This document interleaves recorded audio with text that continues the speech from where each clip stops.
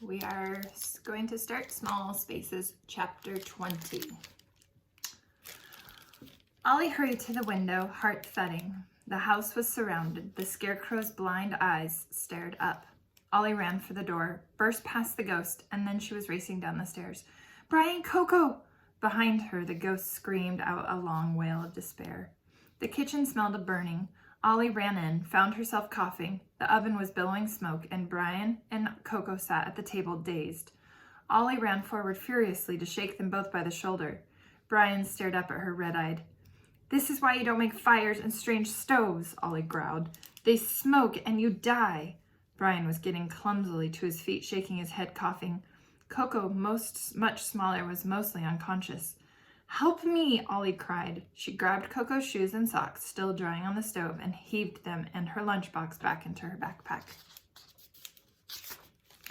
Brian, stumbling, propped Coco under his shoulder. They all staggered out of the kitchen. "It's almost dark," said Ollie as they went. "The scarecrows are outside." "We'll have to hide in here then," said Brian. "No locks on the doors," said Ollie. "If there's a cellar, I didn't see it." She had an image of them cowering in the closet that didn't lock, while the slow, scuffling scarecrows beat the door down. Coco whimpered but didn't wake. "The barn!" Ollie cried. "It probably has a hayloft. We could pull up the ladder." "Are you sure?" Brian asked. "No," said Ollie, "but I think it's better than here. Our best chance." She looked at her watch. 3 minutes. Brian unexpectedly slung Coco over his shoulders in what Ollie vaguely recalled as a fireman's carry. "The Boy Scouts are no joke, are they?" she asked. Brian grinned crookedly, and then they ran for the front door. Outside it was the very edge of night, blue-black sky, clouds, no stars. The scarecrows clustered thick around the house, waiting. The light was almost gone. Ollie looked down at her watch. 45 seconds. "We can't go out there," Brian whispered, recoiling. "It's too late. They'll make us scarecrows too." "They won't," Ollie whispered back. "It's not night yet. Come on." She slipped out of the house and started across the yard. Brian followed more slowly, carrying Coco. The scarecrows stood perfectly still, snarling or smiling, their faces paper bag white in the last of the daylight. Ollie and Brian dodged around them, and they broke into a stumbling run, heading for the barn. Just as they passed the last of the scarecrows, Ollie's watch beeped, and they were out of time. Footsteps behind them. Ollie darted into the barn, praying. Brian was only a step behind her. Coco, waking up, saw what was behind them and shrieked. Ollie spun to look. The scarecrows were shuffling toward the barn. Brian shot into the barn on Ollie's heels and dropped Coco, none too gently, into the dusty wooden floor. He and Ollie heaved the barn door shut, each looked at each other, and took a grip on the handle. There was no lock. They were left in pitch darkness. Coco was with trembling hands, got her phone out and shone her light around. The hayloft was there, no ladder. Ollie felt the first creeping of despair. This wasn't a small space, not small enough. The scarecrows could get in. They could hear their shuffling steps just outside. She was holding onto the door handle for all she was worth. "The ladder's in the hayloft," said Coco, coughing. She craned on her tiptoes. "I can see it." "A lot of good that will do us there," said Brian between gritted teeth. A steady pressure grew on the other side of the door, as if many hands had seized hold of the outside handles and were beginning to push. "Wait!" cried Coco. "Wait! "Yeah?" grunted Brian. "Tell the scarecrows to wait, because that always works." Coco ignored him. "Hang on," said Ollie grimly at Brian. She had seen what Coco was doing, and her heart beat fast with desperate hope. Coco ran barefoot for the barn walls, tripping on loose floorboards. The barn had a post and beam construction, so that the posts that supported the barn structure stuck out a bit from the wall itself. Coco threw off her backpack and wiped her sweaty hands on her jeans. "Coco, any time now!" screamed Ollie. From the other side of the door came scrapes and thuds. The veins were standing on Brian's hands, and he and Ollie had all their weight against the door, but they were both in danger of being yanked off their feet. The door shook. Brian yelled, "I can't hold it." "We have to," said Ollie.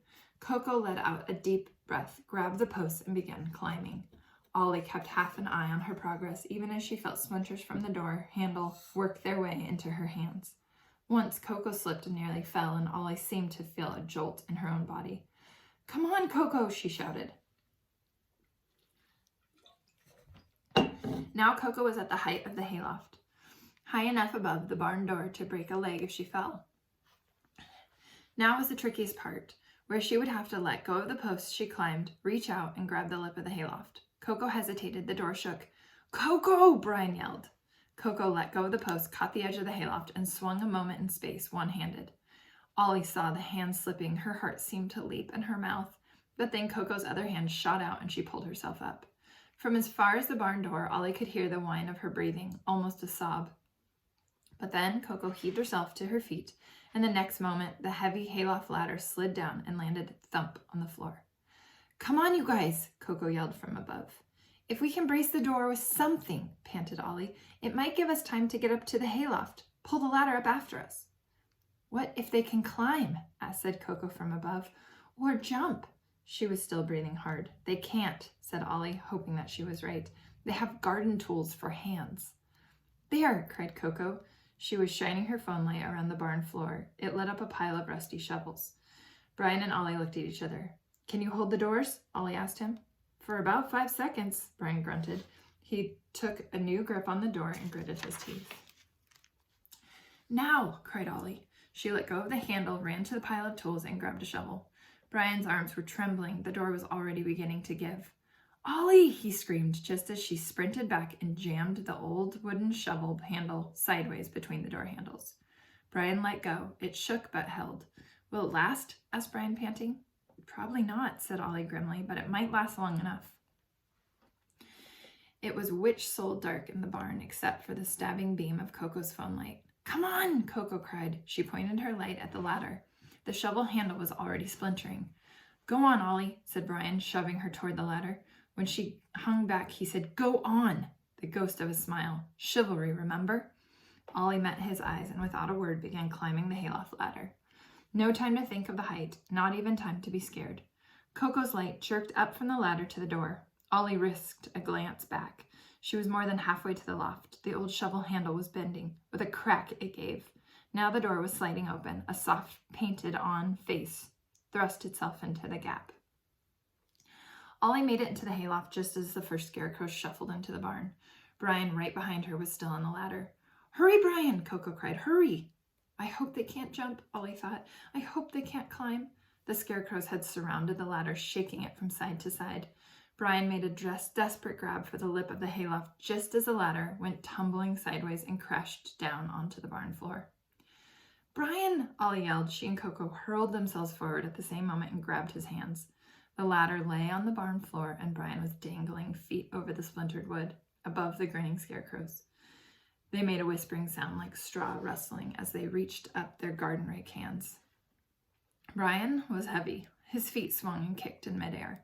Ollie and Coco pulled together, pulled as hard as they could. Their sweaty hands slipped and slid. For a terrible moment, Ollie thought Brian's hand would slip right out of hers, that he would fall to the barn floor just like the ladder and be snatched by scarecrows. But Brian, grasping, got a foot up, then another. At a last panicked tug, and they were all in a trembling heap in the hayloft, safe for the moment, but with no way to get down. Could the scarecrows get up? That was the question.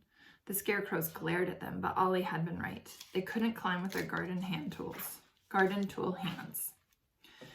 One of them tried to pick up the ladder, but Brian and Ollie and Coco kicked it off when they tried to lean the ladder against the hayloft. This time, when the ladder fell to the floor, it broke into 2 pieces and was unusable. "We're safe," whispered Coco. "We're safe."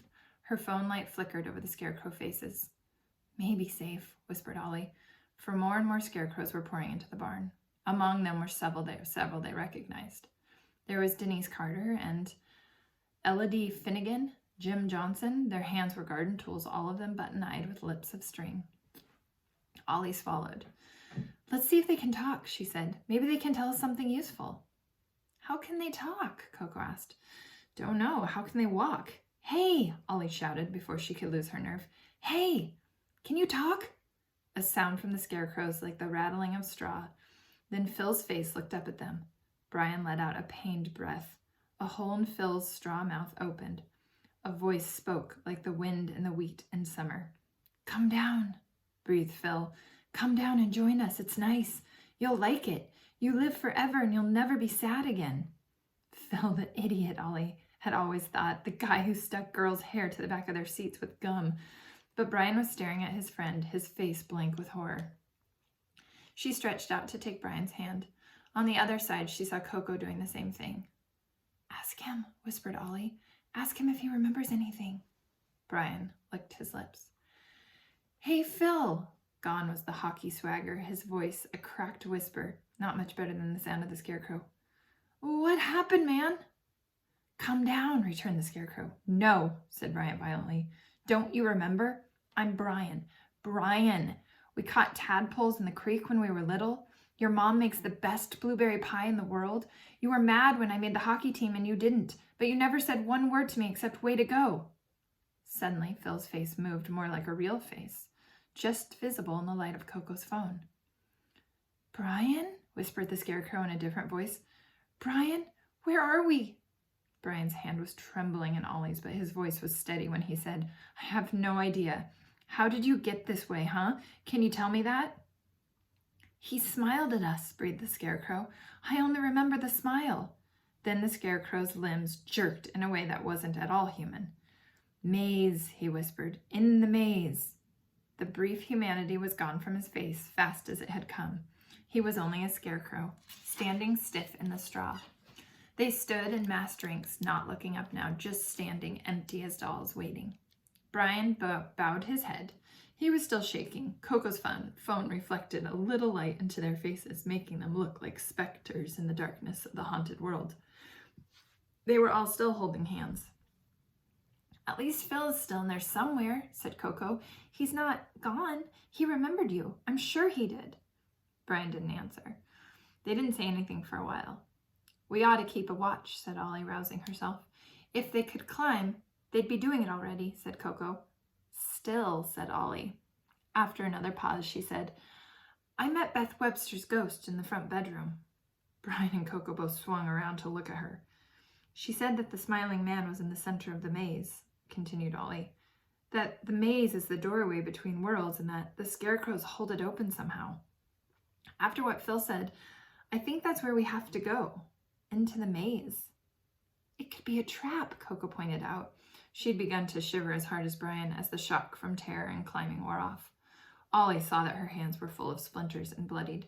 She realized that neither Brian nor Coco could take any more thinking or speculation that night. We should get some sleep, Ollie said firmly, and decide in the morning. Brian, where's that first aid kit? Coco's hurt herself, and I definitely have splinters, and you probably do too. It doesn't matter, Brian said. It doesn't matter if your hands have splinters when you have trowels for hands. He giggled hysterically. Ollie whacked him in the arm. Stop that right now, she said. That's not helping. First aid kit. Then Coco's going to share some trail mix. No, wait, your backpack's still down there, isn't it, Coco? Well, I'll share some granola, and then we're all going to get to drink some water and take turns getting some sleep, okay? Okay, Ollie, Brian said, his voice thin and tired now. He and Ollie took turns picking the big, ugly splinters out of Coco's hands. Coco didn't make a sound. After a liberal application of alcohol and Snoopy Band-Aids, Coco said, Thanks, guys. Hey, said Ollie, you kind of saved our lives back there. Coco looked pleased. I did, didn't I? She said. They desplintered Brian, then Ollie. They shared the granola, and Ollie again blessed her dad's overpacking. Peanut butter and jelly for skiing, he used to say, ham and cheese for hiking. Ollie tried to let the memory warm her as the three took off their shoes and piled up their coats and backpacks to make something to sleep on. I'll watch for a bit. I want to do some thinking anyway, said Ollie. Get some sleep, guys. Brian and Coco settled themselves among the coats. Ollie wished she had grabbed the dusty blanket from the bedroom upstairs. Eventually the others fell asleep, but Ollie did not. She sat peering over the edge of the loft for a long time. She thought about ghosts and scarecrows, of a world hidden under the real one, of a person called the Smiling Man, of bargains, until at last Ollie, unable to keep her eyes open, woke Brian and tried to get some sleep herself. That's the end of the chapter. I'll see you at chapter 21.